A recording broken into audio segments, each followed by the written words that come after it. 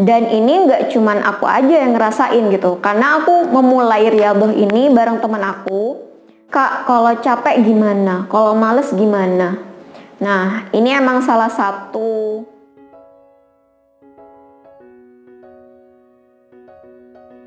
Assalamualaikum warahmatullahi wabarakatuh. Halo semuanya, jumpa lagi di DNS Utari.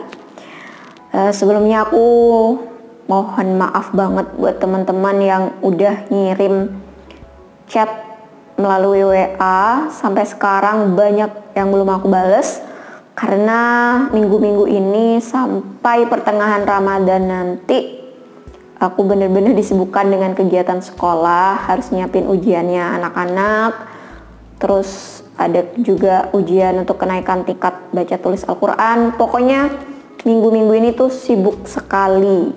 Terus buat kalian yang nge-DM lewat Instagram, kemungkinan besar nggak aku bales gitu, karena aku jarang banget buka Instagram. Bahkan udah nggak pernah nengok lagi tuh Instagram yang akun aku yang dinapuch13_ itu. Jadi sebaiknya via WA aja di nomor ini. Di video kali ini aku pengen ngebahas tentang berapa lama kita riyadhah sholawat. Karena ada beberapa pertanyaan dari teman-teman yang kayak gini, Kak, berapa lama sih kita harus riyadhah sholawatnya? Terus Kak Dina bisa mencapai gitu hajatnya gitu ya dengan riyadhah sholawat itu butuh waktu berapa lama gitu.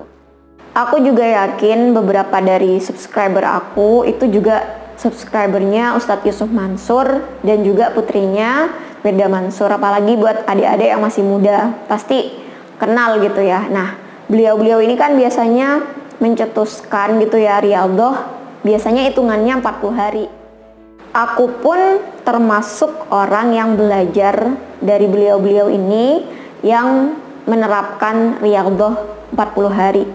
Jadi ya yang udah hafal banget cerita aku awal mula benar-benar dawamin amalan sholawat itu kan awalnya karena riyadhah dengan emang pingin hajat skripsi kelar gitu. Nah emang waktu itu aku pernah diskusi dengan teman aku gitu ya, pas waktu kenal dengan riyadhah 40 hari itu kita kayak sharing gitu, ayo kita tempuh nih riyadhah 40 hari gitu, kita list apa aja yang harus dilakukan, dan salah satunya adalah emang amalan sholawat gitu. Nah, dan alhamdulillah gitu ya, setelah menjalankan 40 hari riyadhah tersebut, 40 hari pertama ya kayak nggak langsung ada keajaiban yang kayak gimana gitu, tapi kita udah berkeyakinan bahwa 40 hari pertama terlewati. Nah, oke, kita lanjut ke 40 hari selanjutnya. 40 hari yang kedua kita lewati, kita lanjut lagi ke 40 hari yang ketiga. Terus menerus kayak gitu sampai akhirnya apa yang kita riyadhahkan itu menjadi kebiasaan. Karena udah jadi kebiasaan, maka otomatis kalau kita nggak ngelakuin riyadhahnya itu kayak ada yang kurang gitu.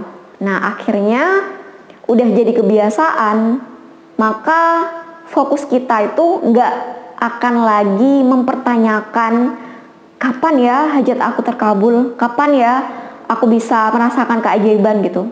Kita nggak akan fokus ke situ karena udah jadi kebiasaan gitu loh. Kita udah jadi kebiasaan untuk selalu yakin kepada Allah, meminta pertolongannya Allah dengan perantara kita baca sholawat, dengan perantaranya syafaatnya Rasulullah, dan kita terus do the best setiap harinya, melakukan yang terbaik, ikhtiar dunia yang terbaik. And then tahu-tahu nih apa yang kita inginkan, apa yang kita hajatkan, apa yang kita minta kepada Allah, tahu-tahu udah dikabulin gitu. Tahu-tahu kita udah ngerasain keajaibannya. Bahkan dari pengalaman yang aku rasakan selama ini, apa yang diberikan Allah itu selalu jauh lebih indah, jauh lebih baik dari yang aku inginkan, dari yang aku bayangkan. Makanya aku bilang ini tuh keajaiban gitu. Jadi keajaibannya sholawat. Karena emang di luar dugaan, di luar apa yang aku bayangkan, selalu dikasih lebih dan yang terbaik sama Allah. Dan ini nggak cuman aku aja yang ngerasain gitu, karena aku memulai Riyadhah ini bareng teman aku, cuman dia masih sibuk banget gitu ya, sampai sekarang belum bisa untuk menjadi narasumber. Nah, ini nih teman aku yang bener-bener tahu dari awal kita bareng Riyadhahnya, dan alhamdulillah sekarang dia ngerasain bener-bener keajaibannya sholawat. Nanti deh, insya Allah aku bakal menghadirkan teman seperjuangan aku dalam Riyadhah Sholawat ini. Jadi bukan cuma aku aja gitu, dan aku yakin banyak yang di sana, yang di luar sana, baik dari subscriber aku maupun orang lain yang juga ngerasain gitu dari keajaibannya sholawat. Sedikit flashback, pernah ada yang nge-DM aku waktu aku bikin channel yang pertama dulu. Nah itu dia nanya kayak gini, "Kak, butuh berapa lama nih ngamalin sholawatnya sampai pada akhirnya hajatnya yang ke Jepang itu terkabul gitu?"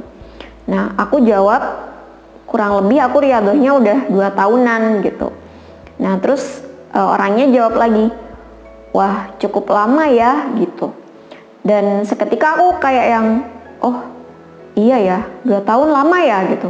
Tapi kok aku kayak nggak ngerasa 2 tahun itu lama, karena ya itu tadi, karena udah jadi Riyadhah itu kan latihan terus sampai akhirnya jadi kebiasaan, dan akhirnya fokusnya nggak ke itu lagi, nggak kayak kapan ya hajatnya terkabul gitu, nggak ke situ lagi. Nah tahu-tahu Allah udah ngabulin, dan terkabulnya itu kayak yang wah keajaiban gitu, karena pasti deh melebihi dari ekspektasi aku, melebihi dari apa yang aku bayangkan. Nah jadi buat teman-teman, sebaiknya kita tuh nggak fokus ke berapa lama ya, ke pertanyaan berapa lama ya, butuh berapa lama nih ngamalin sholawatnya, Riyadhah sholawatnya. Dan menurut aku 40 hari itu adalah latihan gitu. Nah kalau 40 hari pertama kita kayak nggak ada apa-apa, nggak ada keajaiban apa-apa, nah justru itu jadi jadi pemacu kita untuk ke 40 hari yang bagian kedua gitu, 40 hari berikutnya. Nggak ada keajaiban lagi, terus aja 40 hari, 40 hari yang ketiga, keempat, kelima, dan seterusnya, sampai pada akhirnya itu menjadi kebiasaan. Dan kalau udah jadi kebiasaan, pasti deh kalau kita nggak baca sholawat kayak yang kok ada yang kurang ya gitu. Nah kalau udah jadi kebiasaan, seperti yang aku bilang, kita nggak bakal fokus ke kapan ya gitu, ya udah jadi kebiasaan aja, jadi bentuk keyakinan kita aja kepada Allah gitu.